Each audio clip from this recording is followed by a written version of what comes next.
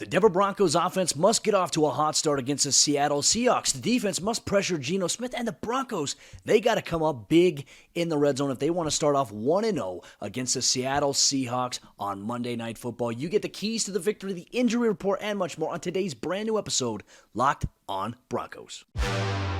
You are Locked on Broncos, your daily Denver Broncos podcast. Part of the Locked on Podcast Network. Your team every day. What's up, Broncos country? Welcome into a brand new episode of Locked on Broncos, your daily Denver Broncos podcast, part of the Locked on Podcast Network, your team every day. Thank you so much to everybody in Broncos country for tuning in and making Locked on Broncos your first listen of the day every single day. Free and available everywhere you get your podcasts in audio format, or whether you watch us on YouTube. Do us a favor, hit that subscribe or that follow button so you never miss out on a day's worth of Denver Broncos news, content, coverage, and more. From the South Stands to the end zone, I'm your host, as always, Cody Roark, Broncos beat reporter from Mile High Sports, joined alongside by my co-host, Sayre, Bedinger, site expert, predominantly orange.com. And Broncos country, this is your lead up to Monday night's kickoff against the Seattle Seahawks. Monday Night Football, primetime action, Russell Wilson's return. But this is it. The Broncos regular season is officially here. And going into this matchup, we have to hit on the keys to victory. So, Sayre, my friend, it's great to see you. It's always great to be joined here by you and everyone in Broncos country. Let's get to our keys to victory for this Broncos team. And I think this key right here that we're going to touch on is absolutely critical. The Broncos offense and Russell Wilson, they must get off to a hot start in hostile territory. They absolutely have to, Cody. You're 100% right. And I think that this is something that everybody's eager to see, right? As we're game day, everybody wants to see the Denver Broncos come out. The offense has been a problem, even dating back to that Super Bowl season. We just never knew. Even when the team was a legitimate Super Bowl contender, you didn't know week after week, like, hey, what's the offense going to look like today? I think definitely now this kind of, we've talked about this before, but kind of reminiscent of that 2012 season where Peyton Manning was there for the first year and you were going up against the Pittsburgh Steelers in that season opener. Remember that season? And everybody's like, how's he going to look after the neck procedures? How's the offense going to look? You got these young receivers, a new quarterback, all this new. Well, now we need to see Russell Wilson and what this 2022 Denver Broncos iteration can do with this new look offense. And I'm fired up, Cody. I'm really excited about this just because I feel like, man, it's been a long time since we've had this kind of hope offensively. We've had optimism in the past because, we really have no other option other than to be optimistic unless we want to be miserable. But now here we go. We got Russell Wilson. And I think one of these keys to the game, Cody, within the keys, is really what are they going to do with this running game? Javonte Williams, Melvin Gordon, that's a strength for this offense. Will they lead on the run to set up that big vertical passing game? I'm excited to find out. That, Tim, I think is going to be a huge key because it's going to be loud at Lumen Field in Seattle. And I think a great way to kind of reduce that noise a little bit, right? Go through, hand the ball off, and let Javonte Williams or Melvin Gordon maybe get a big-time run, a big gain, 10-plus yards to start things off.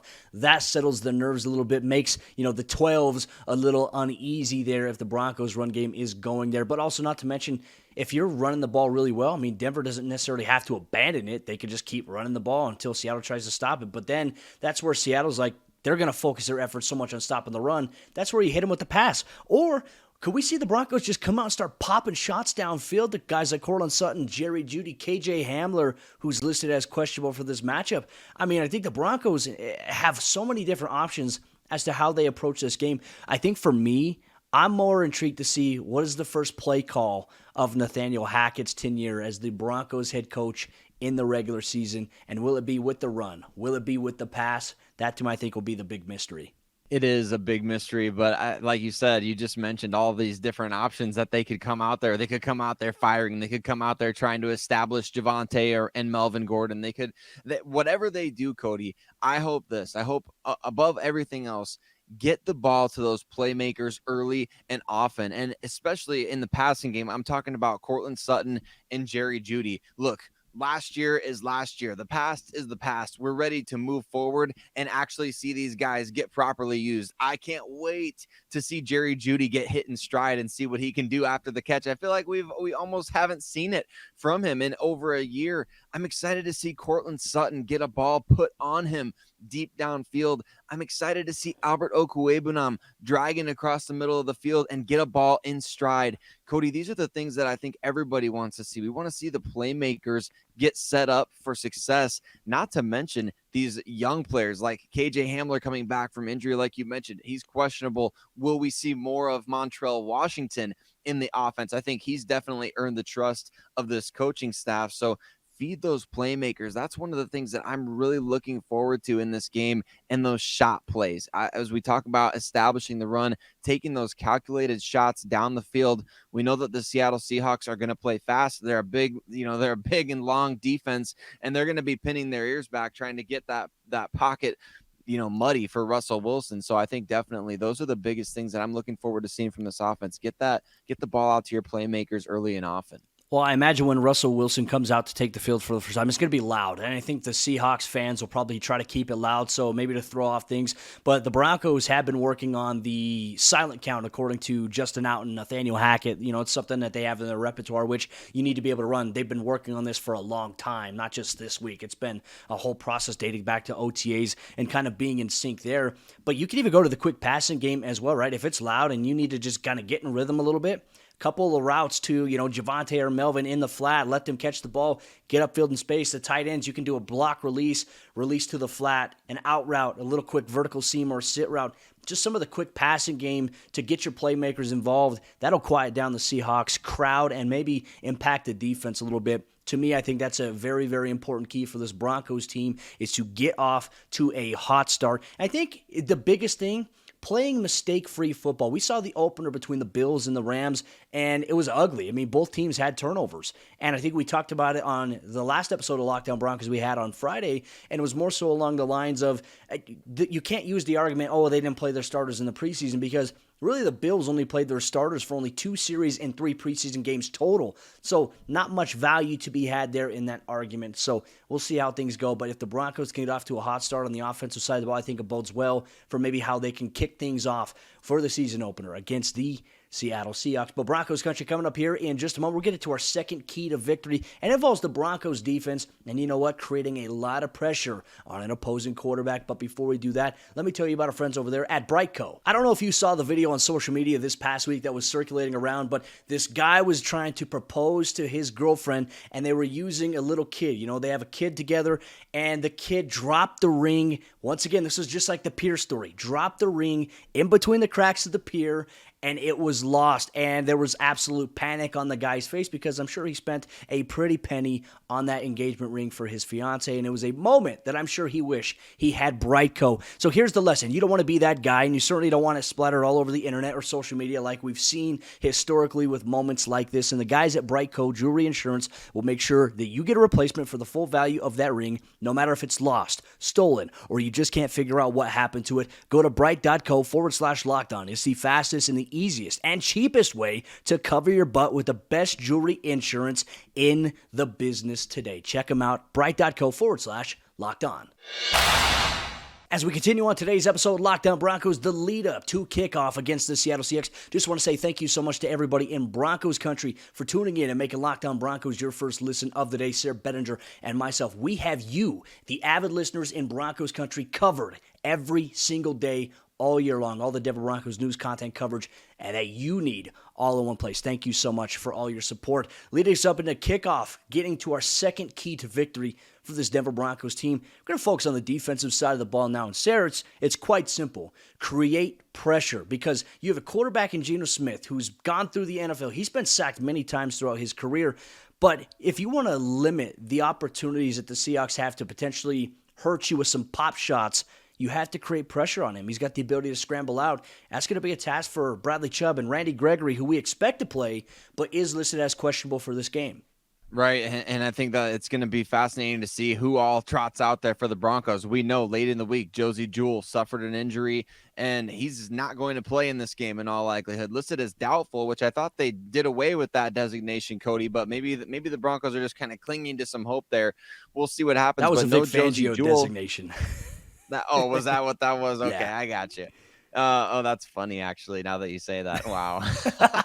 Okay, so back at it. We kind of assumed a few weeks ago, right? The Broncos would be without at least one of their starting linebackers in this game, though. But nobody expected it to be Josey Jewell and not, Jonas Griffith, who was out with the elbow injury. Jonas Griffith not even on the final injury report. So the Broncos getting pressure on Geno Smith and the Seattle Seahawks offensive line, putting that pressure. To me, Cody, it starts with you've got to be able to stop the run. That's why I mentioned Josey Jewell being out in this game, because I feel like if you can make the Seahawks one-dimensional, that completely opens up the strength of this Denver Broncos defense, which is going to be bringing the heat. And I think that they're going to do that. Remember when we talked about our bold predictions, we're kind of thinking to ourselves like, who could be that guy that has the first sack out there for the Broncos? Because it could come from anywhere. I think that we're going to see defensive coordinator Ejiro Evero bringing that pressure from all angles, but it starts with stopping the run. Obviously, not having Josey Jewell is a pretty big deal in terms of being able to stop the run. So Alex Singleton going to have to step up. Jonas Griffith out there with the elbow brace. Those guys are going to have to really step up, but they need to make the Seahawks one-dimensional, because I think you're right. You can get pressure on Geno Smith in this game, you can cause a lot of bad things to happen for that Seattle offense. And I think that that's what it's going to require. It's going to require making them one-dimensional early on in the game. Well, Nathaniel Hackett told us on Saturday in their final practice ahead of the Seahawks matchup in regards to Jewell being listed as doubtful. He said, we'll see what happens the rest of today and tomorrow. So that was on Sunday. So we'll find out a little bit more. But as you mentioned, doubtful, unexpected to play here. And it could be a big key. But if that is the case, Alex Singleton, as you mentioned, will get the start. Hackett did mention, he said that all three linebackers, so I'm assuming he meant Singleton, Sternad, and Griffith will carry the load, but Alex will get a majority of it. So, another opportunity. And this is where you bring him in free agency. He's got valued experience as a starter. He's not Josey Jewell, but maybe he can be his own guy alongside a guy like Jonas Griffith. So that is a huge thing. And I think that, with Geno Smith, he's got the ability to escape outside of pressure, outside of the pocket. So it's about maintaining discipline in your pass rush lanes and also on the interior of that defensive line, making sure you stay home. You don't abandon your gap assignment because of a scramble play. That's where Geno Smith can tuck it and slide and pick up maybe 3 or 4 yards. If he gets outside, I think Denver's got the speed to match him, but he can still hurt you with his legs. So I think that will be very important. And if you create pressure on a guy like Geno Smith, that disrupts potential rhythm in the passing game. And Sayre, I think this is so huge with guys like DK Metcalf, guys like Tyler Lockett. If you can disrupt the rhythm that they're going to, have with the passer that's throwing the ball to them, it limits their opportunities to get behind you, to hurt you in some way, shape, or form. So I think that'll be a huge key. I asked Justin Simmons earlier this week in practice, how do you guys maintain being able to balance out, going against a guy like DK Metcalf who can stretch you vertically and across the field? Same thing with Tyler Lockett. He said, our communication just has to be on par. He said, I preach it every week. Communication, communication, communication. And that's something that the Broncos have been working on. And those two guys will pose a little bit of a big challenge to the Broncos secondary. And if pressure can get there on Geno, things are going to be good. But then that's where guys like Baron Browning, Bradley Chubb, Randy Gregory, maybe even Nick Bonito, Jonathan Cooper potentially, I think where all these guys have to come in and also contribute as well. They do. I mean, we saw the Buffalo Bills rack up 7 sacks, and it was just a party back there for in the Rams backfield for them. It was almost everybody on that Bills defense. It felt like. I wonder if the Broncos can't kind of replicate some of that. It may not be one guy getting 3 or 4 sacks in this game. It could be, like you said, like 4 or 5 guys, maybe more, getting one. I think to see them get 7 sacks, I mean, that's a lot. It's a lot to ask for, but I mean, that would be awesome to see. We know the Seahawks have a young offensive line, specifically at the tackle positions.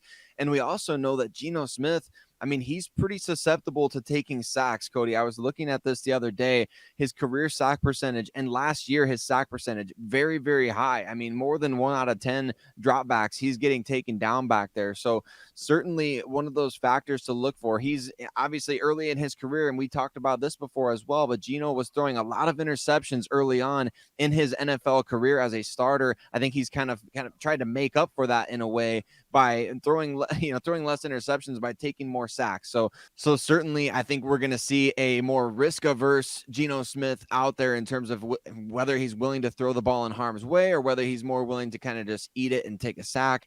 that's a factor here for the Denver Broncos. So if they can force the Seahawks into long down and distance, Cody, I think that plays into this defense potentially racking up at least 5 sacks in this game. My question is, how aggressive is Ejiro Evero going to be, right? Because he said in the preseason, if you can't get pressure with 4, you send 5. You can't get it with 5, you send 6. Can't get it with 6, you send 7. So for me, I'm eager to see. I think a big key is how aggressive will Ejiro Evero be in his debut as the Broncos defensive coordinator. That, to me, I think will be a very big key here for this Broncos team. But Broncos country coming up here in just a moment. We're going to get to our final key to victory as it pertains to the red zone, an area the Broncos offense has struggled in the last several years. But before we do that, let me tell you about PrizePicks, the sponsor of today's episode, Locked on Broncos. And PrizePicks is daily fantasy sports done right. And with the PrizePicks app, you choose 2 to 5 players that you're focused on heading into the week. And these players will have a projection that are set by PrizePicks. And you simply choose whether or not they will have more or less than their PrizePicks projection, which could allow you to win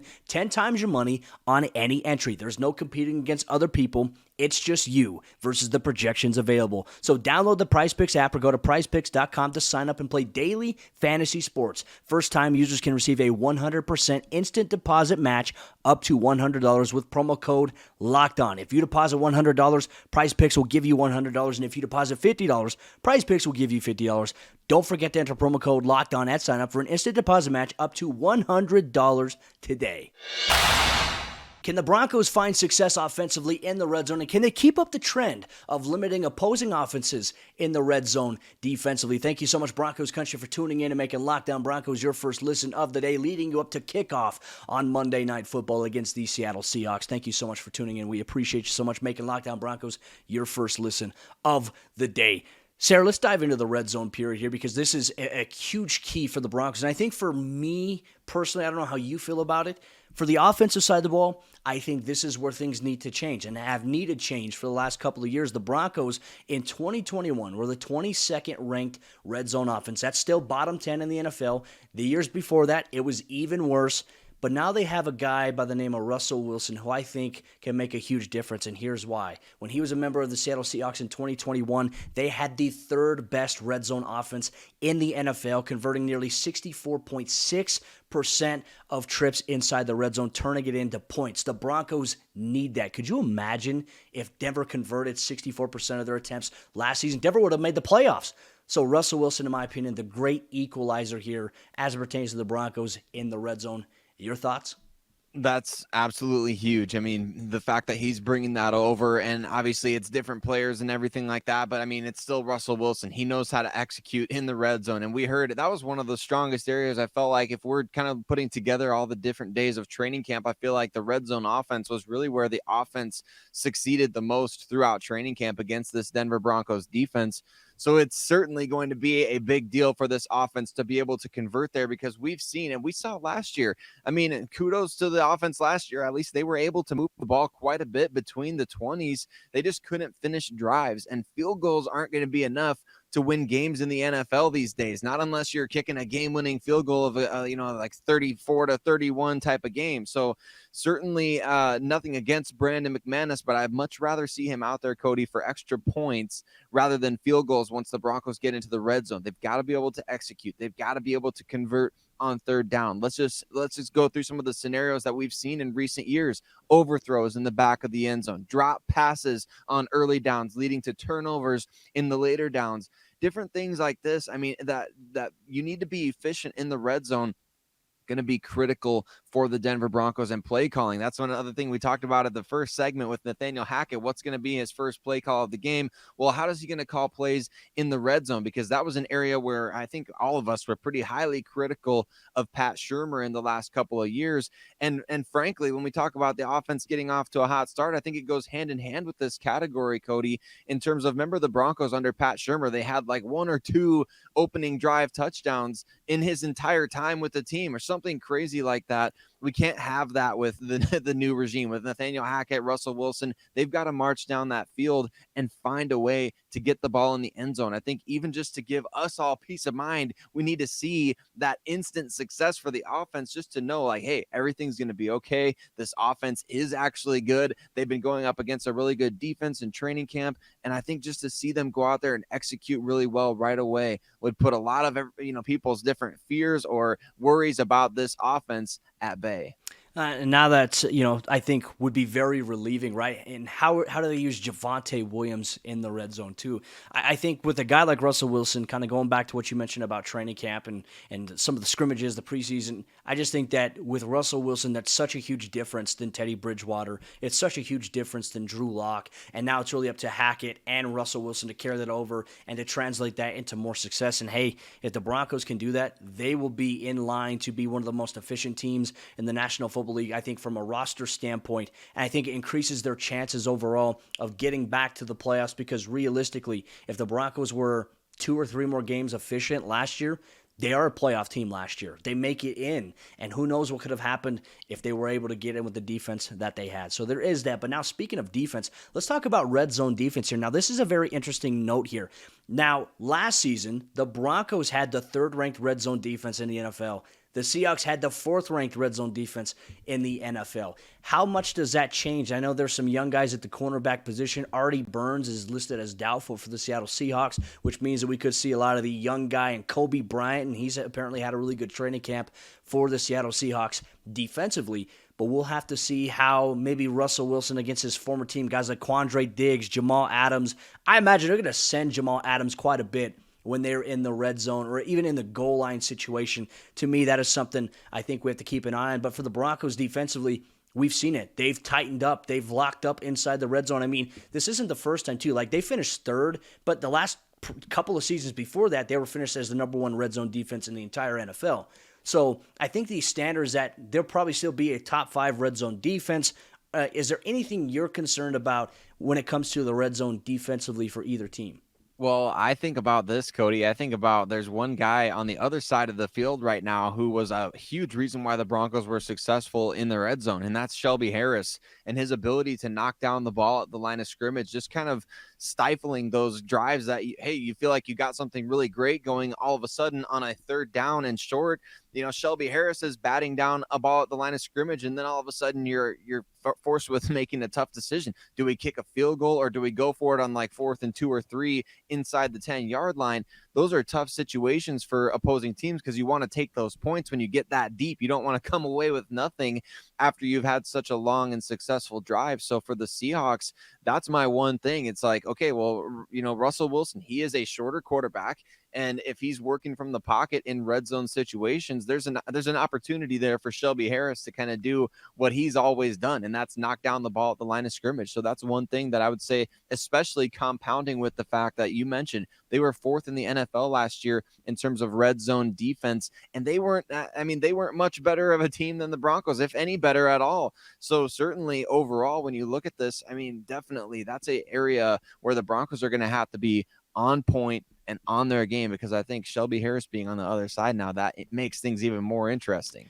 Well, we'll see how it all pans off. The Broncos will kick off their season opener Monday Night Football against Seattle Seahawks. 6:15 Mountain Time kickoff, 5:15 Pacific Time. I'll be there for the game. Sayre, Bedinger, and myself will have you covered with a Locked On Broncos post-game report, which will be available Tuesday morning for your morning commute. All the recap of the Broncos' hopeful victory against the Seattle Seahawks and video coverage as well on the YouTube channel. Make sure you hit that subscribe with that follow button, free and available everywhere you get your podcasts or on YouTube, so you never miss out on all the action. Sayre, Bedinger, myself have you covered every single day here on the Locked On Broncos podcast. But with that said, Broncos country, we'll see you in the post game.